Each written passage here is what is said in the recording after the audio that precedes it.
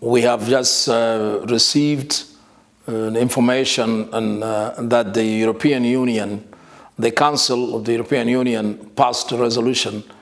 against those individuals from the Sudanese Armed Forces, 2 individuals from the Sudanese Armed Forces, and with another citizen, a former foreign minister of the Sudan, with sanctions, as well as 3 from the rebellious RSF forces in the Sudan. It's worth mentioning that these sanctions could only help exacerbate the situation from the standpoint of view of the government, because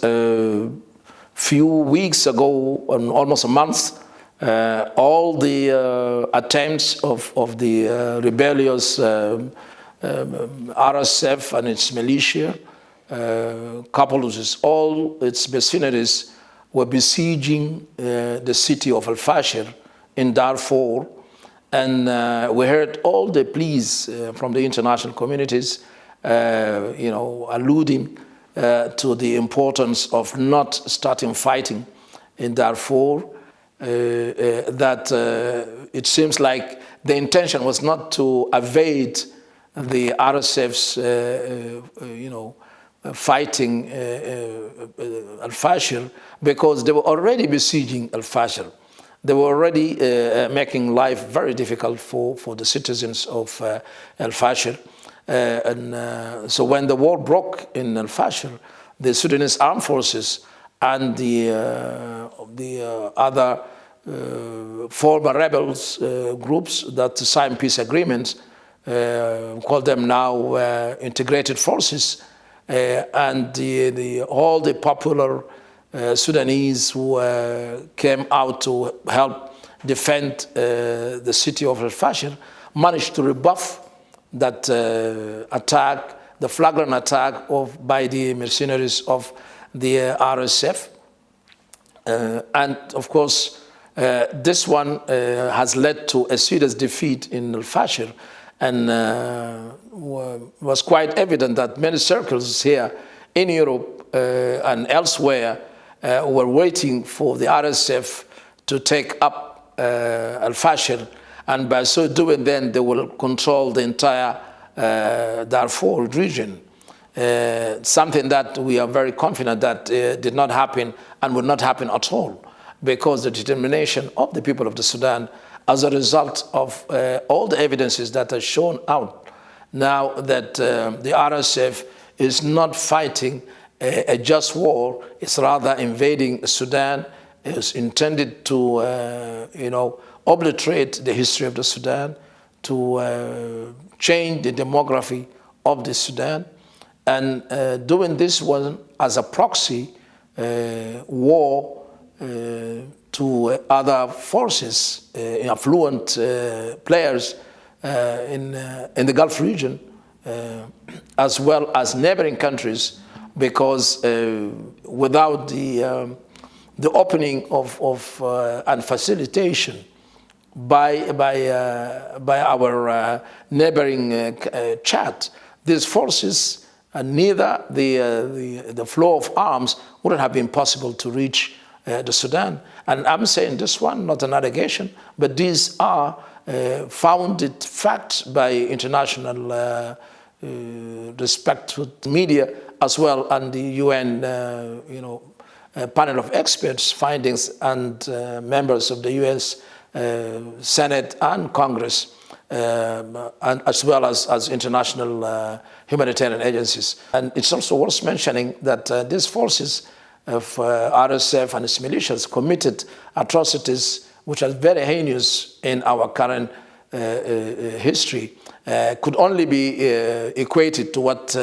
is being unfolded, the genocidal war in Gaza is the only one which could be near to that one, because what happened in Al-Junaina, killing and burying people alive in Al-Junaina, as well as killing the governor of Al-Junaina, the late Khamis, and mutilating him were crimes that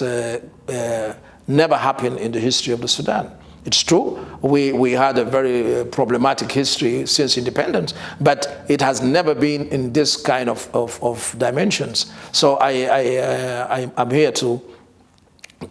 express the point of view of the government of the Sudan and the people of the Sudan, who are now fully behind and supporting its armed forces as the constitutional and institutional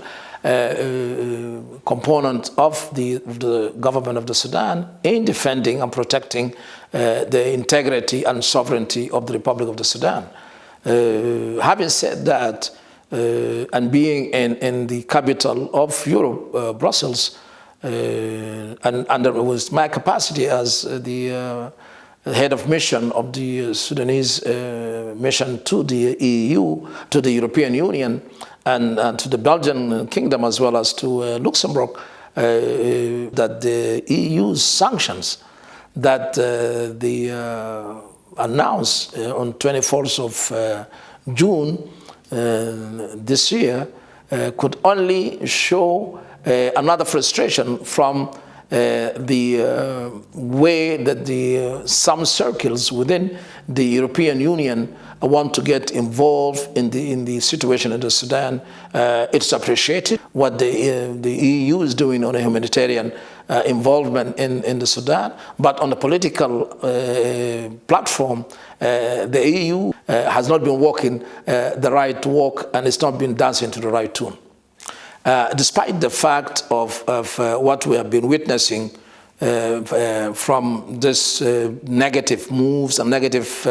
signals from the leadership of the European Union regarding the interaction with the government of the Sudan. On the 21st of June, I really presented my credentials to Mrs. von der Leyen, the president of the EU Commission, after nearly waiting 1.5 years. Prior to that, I have presented my credentials to President Charles Michel, to be exact, in February. That was also a delay of nearly 1 year. That delay, in no doubt, was not a pleasant communication from the part of the EU compared to the manner in which the delegations head in the Sudan received credentials. Myself, as well as my colleagues, are always open and ready for first-hand information. And this is a call to the authorities of the European Union and relevant entities that they should get engaged with us at all levels and with all issues, and we're very much open and very much willing to share and forge a way forward with us positively for a better relationship and better ending to this crisis, rather than instigating information from third parties.